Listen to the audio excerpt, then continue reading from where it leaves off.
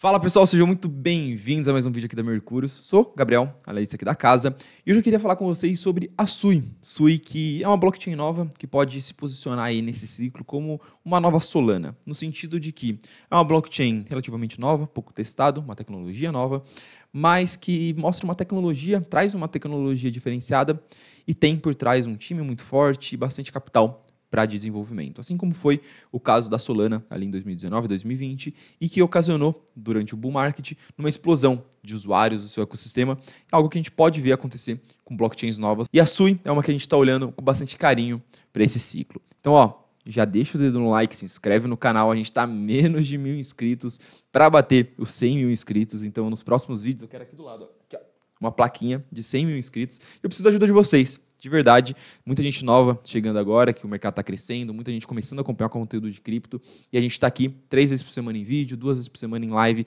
produzindo conteúdo de forma gratuita. E a inscrição de vocês, ajudar o canal a crescer, é o que motiva a gente a continuar aqui trabalhando e oferecendo esse tipo de conteúdo de qualidade para vocês. Então, se não for inscrito, considere-se, se você gostar do conteúdo, obviamente. Se não gostar, aí não precisa se inscrever não. Bom, vamos lá então, pessoal. Agora que todo mundo já se inscreveu no canal, já deixou o dedo no like, vamos falar sobre a Sui. E uma contextualização importante da gente fazer é que a Sui, na verdade, ela é a ex-Diem. Não sei se vocês lembram de quem que é a Diem. É aquela ex-criptomoeda do Facebook. Depois de um tempo, o Facebook acabou engavetando esse projeto. O time que eles tinham montado, que era um time de engenheiros de software e criptográficos muito capacitado, um time de peso, eles tiveram que desmontar e o time acabou se separando em 2 criptomoedas. A primeira foi a Sui, a outra foi a Aptos. Mas hoje, especificamente, eu queria falar sobre uma das vertentes pós-Facebook, que é justamente a Sui. E antes de tudo, para contextualizar por que a gente olha para a Sui com carinho, porque eu considero que a tecnologia deles tem um diferencial interessante, a gente precisa dar um passo atrás e contextualizar como que funciona uma blockchain, porque a Sui, ela é uma blockchain que possui características de uma DAG. DAG é a sigla para grafos acíclicos dirigidos, ou seja, enquanto a gente tem essa imagem na tela em que uma blockchain ela segue bloco atrás de bloco, um grafo ele tem mais uma ideia de vértice. Em cada vértice você tem uma ramificação que ele pode ir para qualquer lugar. Calma que é complexo mesmo, mas eu vou explicar para vocês como que isso se adapta, como que isso é aplicado para a realidade da Sui. Antes, então, vamos entender como é que funciona o fluxo de uma transação numa blockchain padrão. Uma blockchain padrão, e aqui eu vou dar como exemplo a Ethereum, a gente tem um fluxo em que os usuários fazem as transações e essas transações são enviadas aos validadores. E é aí que as transações são executadas e validadas. Mas não é tão simples assim. O primeiro passo é o recebimento e ordenamento das transações. Então, os validadores recebem as transações dos usuários em algo que se chama de mempool, que é uma sala de espera. As transações elas vão se acumulando, aí o validador responsável por olhar e executar aquelas transações, ele pega, ordena aquelas transações e depois ele executa, valida e transmite essas transações para os outros validadores. Então, uma transação só é considerada validada e executada depois que ela é ordenada pelos validadores e transmitida para os outros validadores. Eu sei que não está tão simples assim de entender. Então, vamos para fazer uma analogia bobinha, simples, mas que eu acho que vai ficar um pouquinho mais visível, um pouquinho mais visualizável como que funciona esse fluxo. Vamos imaginar que é uma fila de ônibus. Você está lá no ponto de ônibus e você vai chegando no ponto de ônibus esperando o ônibus chegar. O ônibus é o bloco, que as transações são validadas. Então você tem ali vários passageiros chegando e esperando o ônibus chegar. Quanto mais rápido o ônibus chega, mais rápido os passageiros embarcam.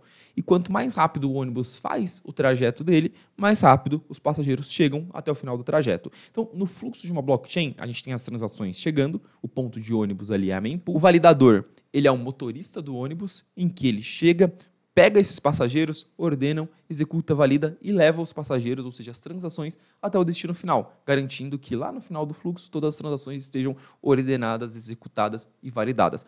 Esse é o fluxo padrão de uma blockchain. Ele é linear. Mas qual é a principal característica desse fluxo linear? A principal característica é que ele demora. Você tem que fazer, todas as transações passam pelo mesmo processo e você tem que fazer uma coisa de cada vez, um passo de cada vez. Então, se você adicionar mais validadores, não necessariamente a blockchain fica mais rápida. Vamos tomar como exemplo a própria Ethereum. A Ethereum ela tem centenas de milhares de validadores e não é uma blockchain rápida. Por quê? Porque você precisa fazer uma coisa de cada vez e todas as transações entram no mesmo ônibus. Então, se você tem muitas transações, você não consegue aumentar o tamanho do ônibus. Você não consegue colocar mais ônibus para pegar esses passageiros. Mas uma coisa que a Solana, por exemplo, faz é colocar ônibus com motor muito forte. Então, você coloca validadores com máquinas muito potentes. Então, eles conseguem fazer todo esse processo muito mais rápido. Não só muito mais rápido, mas com muitas transações. Então, é como se a Solana fosse um super ônibus, que ela consegue levar um monte de transação muito mais rápido. Só que a Ethereum ela é um micro-ônibus com motorzinho de Fusca. Ela leva poucas transações muito devagar. Por isso que uma blockchain ela é muito rápida, por isso que outra blockchain ela é mais lenta, latente, devagar. Beleza, entendemos então qual que é essa arquitetura horizontal e o que significa escalabilidade horizontal. Essa escalabilidade horizontal, seguida pela própria Solana, por exemplo, significa eu vou colocar super ônibus aqui para fazer todo esse trajeto de forma mais rápida. O que a Sui tenta fazer de diferente, então? O que ela tem de diferente na sua arquitetura em relação ao que eu acabei de mostrar para vocês? E antes de continuar, pessoal, eu queria lembrar que, apesar de a gente estar produzindo análise, fazendo vídeo sobre Sui aqui, a gente já comentou algum tempo atrás sobre essa criptomoeda lá no Minuto Cripto, que é a nossa newsletter, onde a gente compartilha análises do mercado cripto de forma 100% gratuita, uma análise curtinha, 2, 3 minutos por dia. A gente compartilha tanto por e-mail quanto por WhatsApp. E a gente normalmente sempre que olhamos para alguma oportunidade, estudamos alguma coisa, a gente compartilha por lá. Então, se você quer estar atualizado com os principais insights do mercado cripto, as principais notícias também, sugiro se inscrever no Minuto Cripto, é uma newsletter feita com bastante carinho aqui pelo nosso time. Garanto bastante que você vai gostar. A Sui ela segue um caminho diferente, em que ela cria diferentes vias, ou seja, ela consegue separar as transações por tipo de transações. Veja nesse exemplo que você tem agora vários ônibus, mas você ainda assim tem 5 transações, 5 passageiros esperando no início e 5 passageiros chegando no final. Na nossa analogia dos passageiros do ônibus e da cidade, é como se a Sui ela tivesse ônibus separados, ônibus específicos para cada tipo de passageiro, para cada tipo de destino. Então, na analogia da Ethereum e da Solana, você tem um ônibus só que leva todos os passageiros para todos os seus destinos, independente de qual destino ele quer ir. Nesse caso, a Sui ela interpreta cada passageiro, cada transação como algo isolado. Vamos pegar como exemplo, então, a primeira via ali, o primeiro caminho da transação, que é aquela linha de cima que eu coloquei. Você tem uma transação simples, por exemplo, um usuário enviando token para outro usuário. Como essa transação ela não tem correlação com as outras transações da rede, o que a rede faz é só executar. Ela não precisa passar pelas etapas de sequenciamento, por exemplo. Não importa muito a ordem dessa transação em relação às outras transações da rede, porque essa transação específica não afeta o destino dos outros passageiros. Então, o que a Sui consegue fazer?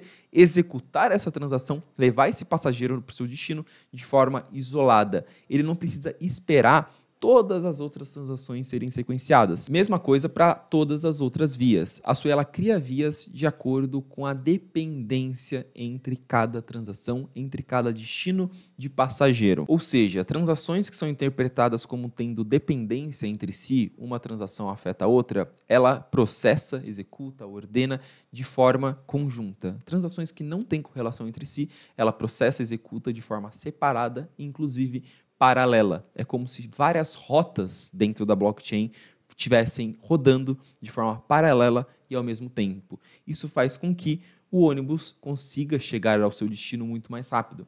E não seja só um ônibus chegando ao seu destino, sejam vários ônibus chegando ao seu destino. Ou seja, a gente tinha um cenário da Ethereum, em que você tinha um micro-ônibus levando todos os passageiros e um micro-ônibus muito devagar. A gente tinha o cenário da Solana, em que a gente tinha um super-ônibus com motor muito rápido, levando todos os passageiros, mas uma velocidade muito rápida. Agora você tem vários super-ônibus levando vários passageiros em destinos diferentes ao mesmo tempo. Ou seja, quando você adiciona mais validadores, mais máquinas na sua rede, você consegue criar mais vias, mais relações de independência entre as transações. Fazendo isso, você consegue validar, executar mais transações ao mesmo tempo. Esse é um conceito chamado paralelismo. E ele está sendo amplamente difundido nesse ciclo. Por quê? Porque o mercado cripto entendeu que um caminho óbvio para as blockchains escalarem, serem mais rápidas, mais eficientes, é justamente o paralelismo de transações. E a infraestrutura, a tecnologia da Sui foi construída para conseguir fazer esse paralelismo de uma forma muito eficiente. E o que permite que a Sui faça isso de maneira muito eficiente é justamente tratar a relação de dependência, analisar a relação de dependência entre as transações. Então, se a gente tem uma transação ali que sou eu enviando para o Igor ou para o Danilo um token, não deveria ter correlação com uma transação que um cara na China está fazendo com uma aplicação. Então, os validadores conseguem executar essas transações de forma separada. Mas entendido isso, vamos agora para o segundo grande diferencial da SUI, que é a sua linguagem de programação. Blockchains, elas são construídas em cima de códigos, e um código ele responde a uma linguagem. Então, existem diferentes tipos de linguagem. Assim como existe o português, o inglês, o árabe, existem diferentes tipos de linguagem quando o quesito é programação. Existem linguagens mais complexas, mais robustas e mais simples.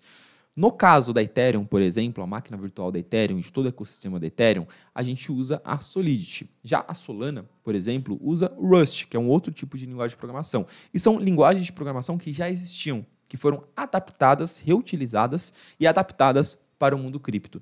Qual que foi a grande jogada do time da Diem e que isso se expandiu tanto para a SUI quanto para a Aptos? Eles olharam e falaram, cara, eu estou criando um paradigma tecnológico completamente novo.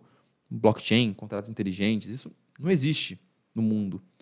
Solidity, Rust, JavaScript, todas as linguagens de programação que existem, elas são construídas para a tecnologia, para o universo Web 2 que a gente conhece hoje. E aí existem particularidades nelas que não se encaixam tão bem com o universo cripto, que fazem com que elas sejam menos eficientes ou menos seguras quando aplicadas para cripto. Eles falaram, a gente vai criar uma linguagem de programação própria para cripto. Vamos criar uma linguagem de programação do zero e que ela seja otimizada para o que a gente quer fazer em cripto. Dessa forma, vai ser uma linguagem de programação mais eficiente e principalmente mais segura, com menos exposição a hacks. E foi aí que eles criaram a Move. Ainda dentro do Facebook, eles criaram a Move, uma nova linguagem de programação, especialmente para a tecnologia que eles usam. E na hora que se separou, tanto a SUI quanto a Aptos seguem hoje a linguagem de programação, a Move. E um outro ponto aqui que precisa ser comentado mais pelo viés negativo, é um ponto que sempre vem à tona quando o assunto é blockchain, ultra performances, é a questão da descentralização. O famoso trilema da blockchain, em que para você ser muito rápido, você precisa abrir mão de descentralização. Na verdade, aqui no caso da SUI, como eu falei, eles colocam super ônibus com motor muito forte. E não é todo mundo que tem super ônibus com motor muito forte. Então, o set de validadores, o conjunto, a quantidade de validadores na rede da SUI ainda é relativamente limitado. Hoje a gente tem cerca de 106 validadores. É um número muito baixo que coloca a rede num patamar de segurança muito menor?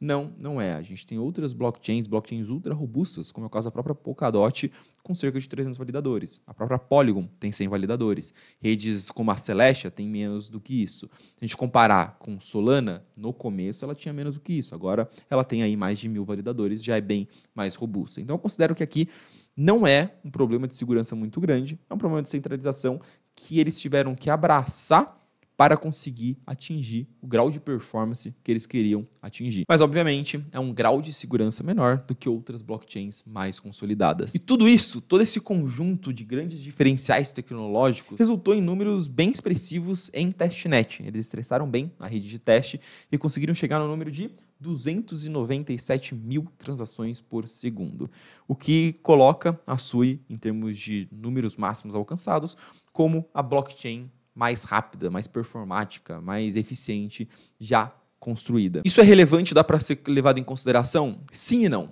É um número relevante, porque mesmo em ambientes de teste, ninguém conseguiu atingir um número desse, é um número muito expressivo, porém, eles fizeram isso no ambiente controlado, com muitos computadores ultra fortes e fazendo só transações simples que não têm dependência entre si.